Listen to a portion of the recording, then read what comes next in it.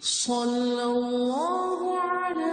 محمد صلی اللہ علیہ وسلم۔ اعوذ باللہ السمیع العلیم من الشیطان الرجیم، بسم اللہ الرحمن الرحیم، والصلاة والسلام علی رسولہ الکریم۔ بخاری شریف کتاب الجماع والامامہ جاری ہے۔ آج جو باب ہم پڑھیں گے اس کا عنوان ہے تسویۃ الصفوف عند اقامت و بعدہا، اقامت کے وقت اور اقامت کے بعد صفوں کو درست رکھنے کا بیان۔ نماز باجماعت کا ذکر ہو رہا ہے نا، نماز باجماعت میں صفوں کی درستگی کی اہمیت کیا ہے۔ آج اس ضمن میں ہم 3 احادیث پڑھیں گے۔ پہلی حدیث ہے حدیث نمبر 685، اور یہ حدیث جو ہے حضرت نعمان بن بشیر رضی اللہ تعالیٰ عنہ سے روایت ہے۔ ان نعمان بن بشیر رضی اللہ تعالیٰ عنہ یقول قال النبی صلی اللہ علیہ وسلم، نبی کریم صلی اللہ علیہ وسلم نے فرمایا لا تسوون صفوفکم، اپنی صفیں درست کر لیا کرو، صفیں سیدھی رکھا کرو، او لا یخالفن اللہ بین وجوہکم، ورنہ اللہ تعالیٰ تمہارے درمیان اختلاف پیدا کر دے گا۔ دوسری حدیث ہے 686، پھر تشریح ہم انشاءاللہ اکٹھی دیکھتے ہیں۔ اور یہ حدیث حضرت انس رضی اللہ تعالیٰ عنہ سے روایت ہے۔ عن انس ان نبی صلی اللہ علیہ وسلم قال، حضرت انس فرماتے ہیں نبی کریم صلی اللہ علیہ وسلم نے فرمایا اقیم الصفوف، کہ صفیں درست رکھا کرو، فإنی اراکم خلف ظہری، کہ میں تمہیں اپنے پشت کے پیچھے سے بھی دیکھتا ہوں۔ اگلی حدیث ہے 687، اور اس کا جو عنوان لگایا ہے امام بخاری نے کہ اقبال الامام علی الناس عند تسویۃ الصفوف، صفیں سیدھی کرتے وقت امام کا لوگوں کی طرف متوجہ ہونے کا بیان۔ حدیث ہے 687، اور یہ بھی حضرت انس رضی اللہ تعالیٰ عنہ سے روایت ہے۔ عن انس قال، حضرت انس فرماتے ہیں اقیمت الصلاۃ، کہ نماز کے لیے اقامت کہہ دی گئی تھی، یعنی ایک دفعہ نماز کے لیے اقامت کہہ دی گئی تھی۔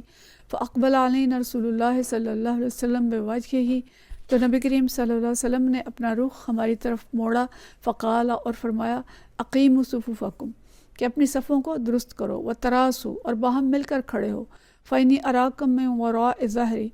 کہ میں تمہیں اپنے پشت کی طرف سے بھی دیکھتا ہوں۔ تو 3 احادیث ہم نے پڑھی، تینوں میں ایک جو قدر مشترک ہے وہ یہ ہے کہ صفیں درست کرو،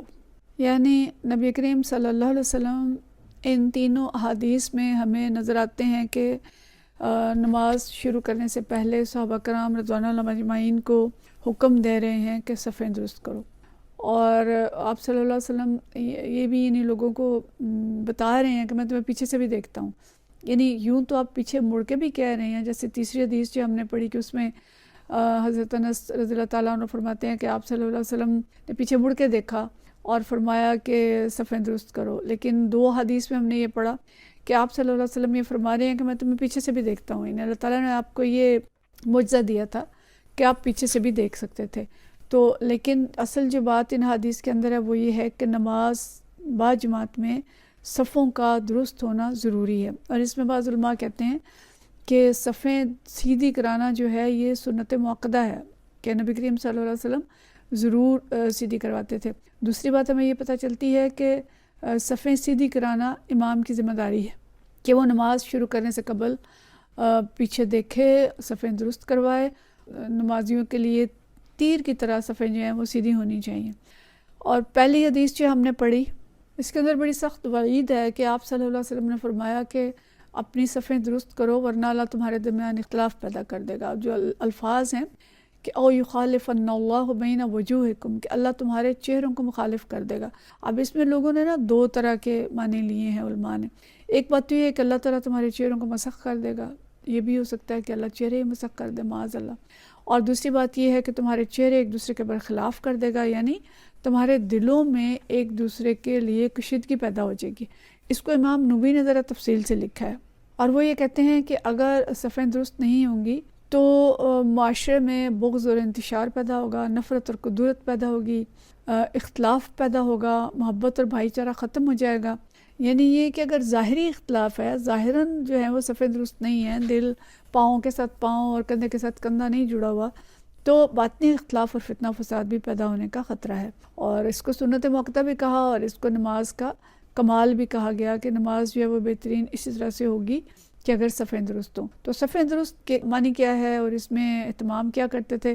آپ صلی اللہ علیہ وسلم؟ کچھ حدیث ہم نے پیچھے بھی پڑھی ہیں۔ تو 3 چیزوں کا اہتمام ہمیں نبی کریم صلی اللہ علیہ وسلم کی احادیث سے ملتا ہے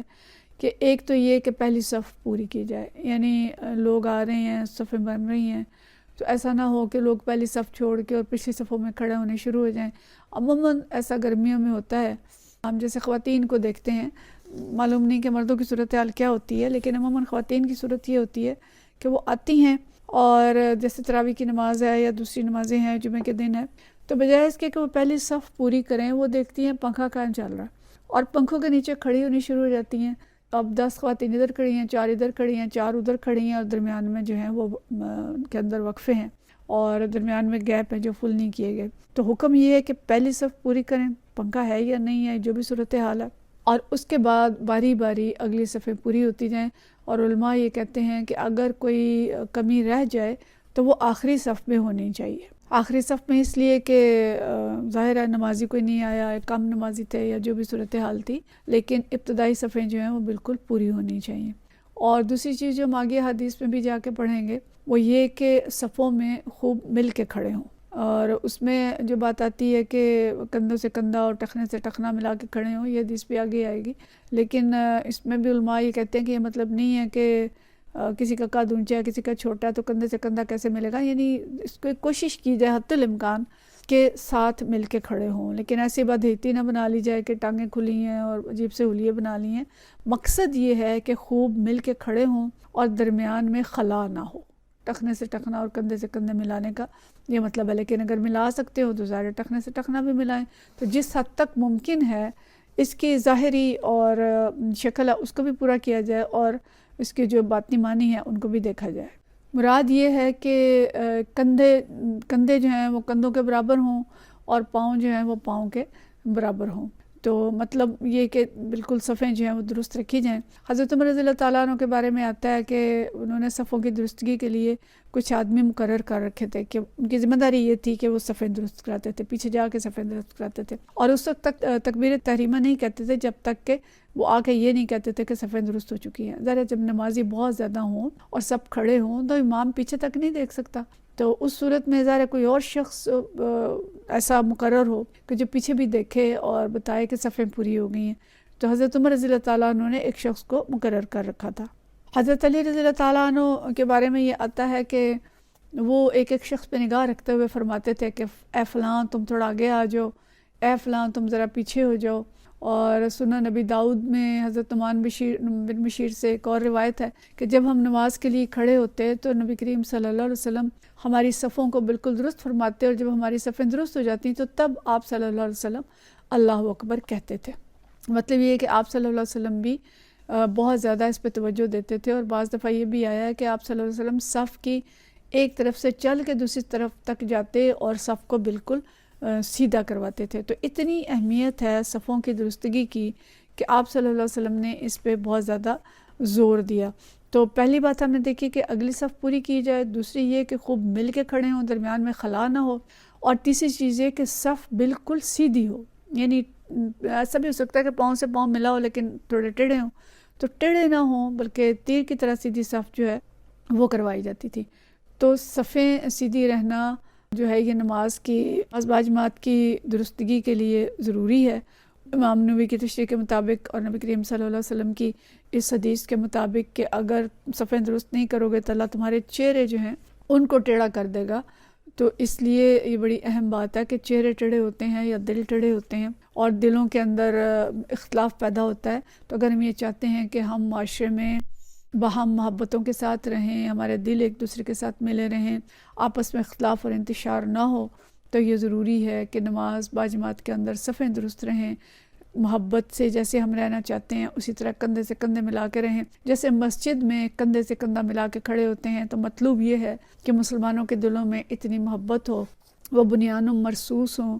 ان کے آپس کے تعلقات اتنے اچھے ہوں کہ جیسے وہ مسجد میں کھڑے ہوتے ہیں ویسے ہی وہ باہر بھی ایک دوسرے کے کندھوں سے کندھے ملا کے کھڑے ہونے والے ہوں، ایک دوسرے کا ساتھ دینے والے ہوں، مشکلات اور مصائب میں ایک دوسرے کی مدد کرنے والے ہوں، اور اگر کوئی باہر سے اسلام کے اوپر حملہ کرتا ہے تو اس وقت بھی وہ بالکل سب مل کے اس کا دفاع کرنے والے ہوں۔ یہ سارے نماز باجماعت کے اس کے جو یعنی مقاصد ہیں ان کے اندر چیز شامل ہے کہ مسلمان بنیان مرصوص ہوں، ان کے دل جڑے ہوئے ہوں اور ان کی محبتیں آپس میں اتنی ہوں کہ دلوں کے اندر کوئی اختلاف اور انتشار نہ ہو اور فتنہ و فساد ان کے درمیان نہ ہو۔ اللہ کرے کہ ہم نمازوں کی صرف ظاہری صورتیں ہیں ان کو پورے کرنے والے نہ ہوں، بلکہ نماز باجماعت اور نماز کی اقامت سے جو اصل مطلوب و مقصود ہے اس کو بھی ہم پورے کرنے والے ہوں۔ وآخر دعوانا ان الحمد للہ رب العالمین۔